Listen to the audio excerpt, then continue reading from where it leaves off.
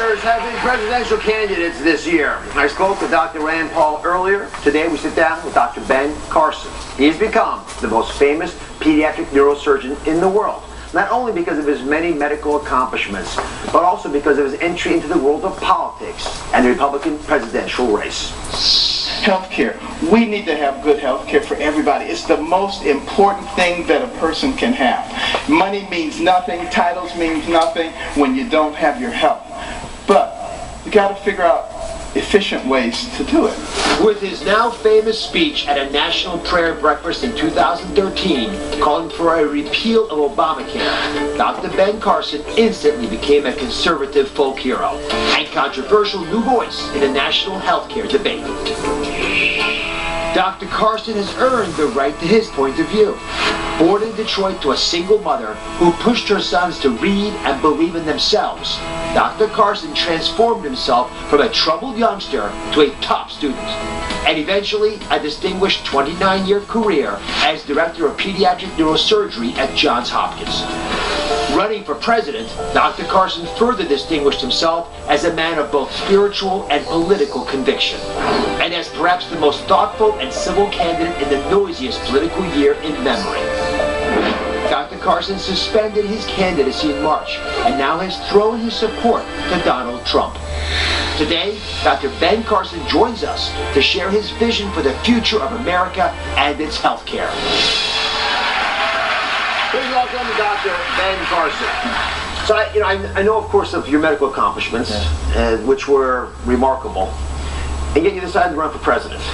Why'd you do that, and what did your friends tell you, especially in the medical community? Well, the medical community was incredibly supportive. All of the political people were surprised at the amount of support we got. They said, doctors never send money in for anybody. This is strange. But, it was not on my bucket list of things to do when I retired. I was looking forward to a traditional retirement, learning how to play the organ, becoming good at golf, just reading all those books. You save books for years before you retire. You're going to read them. One day. Yeah, right. And I was going to watch all those movies I never saw. Never have to explain why I never saw Rocky. All that kind of stuff, But after the prayer breakfast, there was a lot of clamoring. You should run for president. And I just thought, come on, give me a break. And I said, just ignore it. It will go away. And then I started thinking about the children. And that was really the key. And that was the key for Candy, too, my wife. She was very much opposed to the ideal. She was looking forward to relaxing, too. But then when we had our two little granddaughters and looked in their faces and said, how can we just sit idly by, watch their future be compromised? What surprised you the most about running? What could you not expect? I think probably the most surprising thing, even though I knew it existed, I didn't know the depth to which it existed, is the dishonesty in the media. And they just control and manipulate. And, I was hoping to be able to get in and fix that, but, my voice was just not the one. Unfortunately, or fortunately, depending on how you look at it, it's nice for me, because now I had to be on the road every day. But I do worry about our country. I still continue to work. I'm working with Donald Trump right now. Why did you decide to support his campaign versus the other candidates? I realize that, if we get another progressive and they get 2 or 3 Supreme Court picks, it's going to have a profound effect on our country. And, this is an election between, is this country going to become more European style with the government in control of everything from cradle to grave? Or are we going to be a country where self-reliance and personal responsibility still play a significant role? So this is especially important in the field of health, which you and I both took an oath towards, because the biggest fractures that I'm seeing in our society have health ramifications to them. Right.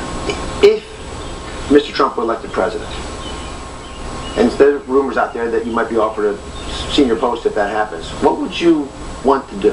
What role, if any, would you accept? I would actually prefer to stay outside of government and work as an advisor, just helping to move our country in the right direction, quite frankly. I think being a voice outside is a much more independent voice. So what would you want to change the most about the way people find health? What's our biggest problem right now? Well, our biggest problem is that we have incredible inefficiency in our health system. We spend twice as much per capita as many other countries that have much better access issues. And it's because there's so much waste, abuse, fraud, and inefficiency in our system. And I believe what we need to do is create a system where this decision making is in the hands of the patient and the healthcare provider. We don't need all those third-party people. They have nothing to do with good health. What do you need for good health? A patient and a healthcare provider. And the system that I have described using health empowerment accounts, which are the same as a health savings account minus the bureaucrats, and give everybody control over their own accounts, even the indigent. So they're able to buy a lot more than what they get through the government system, and more importantly, they're valuable. All right, so President Obama came into office at a time when our nation was very troubled. Not just economic policies, but we had an insurance system that was really imploding. And the Affordable Care Act, Obamacare, Right. it has certainly allowed millions of folks to not be in that group that you mentioned that wasn't covered, that was selected out. How do you think history will grade President Obama's tenure? I don't like to say bad things about people. I would just say that he had a different philosophy of what America should be, and it involved government doing everything. And I don't think he's a bad man for that. I just think it's a very different philosophy than the one that was intended for this nation. I think in terms of being able to do what he was trying to do, I got to give the man credit. He said he was going to fundamentally change America, and it has fundamentally been changed. The question is it the change that we all want? And he's given us an opportunity to see what it looks like when you take the government and you put them in charge of everything. And then we, the people, now have a very good opportunity to decide, is that a direction that we want to continue, or do we want to continue in a different direction? The direction, quite frankly, that I would prefer is one where we empower people and through their own God-given talents and hard work become part of the American dream. Coming up, Dr. Carson is going to talk about how he tackled a very serious health scare. Stay with us.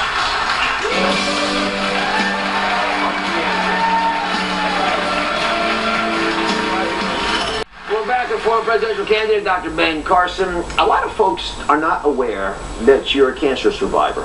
And in fact, the cancer you had was a pretty serious prostate cancer. Yes. I'd love if you could share what you went through and how you got past it. Well, first of all, I have always been quite healthy. And then I was able to operate for 10, 12, 15 hours straight, no problem. All of a sudden, I couldn't do it anymore. I was looking at the clock. I had to go to the bathroom. And I said, something's wrong. So I talked to Pat Walsh, a good friend who was the chief of urology at Hopkins. And he said, oh, you probably got a little prostatitis. Let's try a little antibiotic. Didn't help. He said, maybe you got a little focal hypertrophy, maybe a little Flomax. Didn't help. And he said, I know your PSA was slightly elevated. Maybe we should do a biopsy. Mm-hmm. So the next day I'm operating, I get a phone call. Nurse holds the phone up to my ear. And I find out not only do I have cancer, but I have a very high-grade malignant form. Ooh. And I subsequently got an MRI done to see if it had metastasized. And there was no neuroradiologist there to say, it all looks great. And the technician handed me the films. I went up and put them on my view box in my office, and my heart sank as I saw all these lesions up and down my spine. Oh no. But it turns out that the lesions on my spine were a congenital anomaly of the bone marrow. Just looked like metastasis, but it really wasn't. And So I was able to have surgery by Pat Walsh, who invented the nerve-sparing prostatectomy, and I'm cancer-free today. But during that process, I began reading a lot of material and looking at all these different products that people were sending me. And it really dawned on me that almost all of the maladies are things that we can influence by lifestyle. Yeah.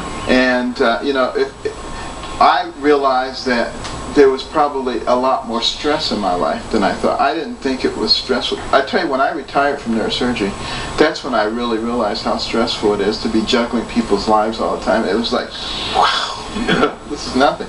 People think that politics is stressful. It's not even close to as stressful as juggling the lives of little babies constantly, and you always got to make the right decision. Dealing with politics is like dealing with little babies, though. But at any rate.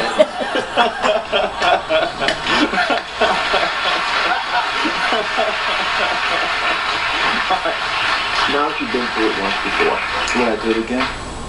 No. I guess you've thought about that. Well, let me put it this way. I would do anything that I felt the Lord was leading me to do. I don't feel He's leading me to do that. Ben Carson, thank you very much. We'll be right back.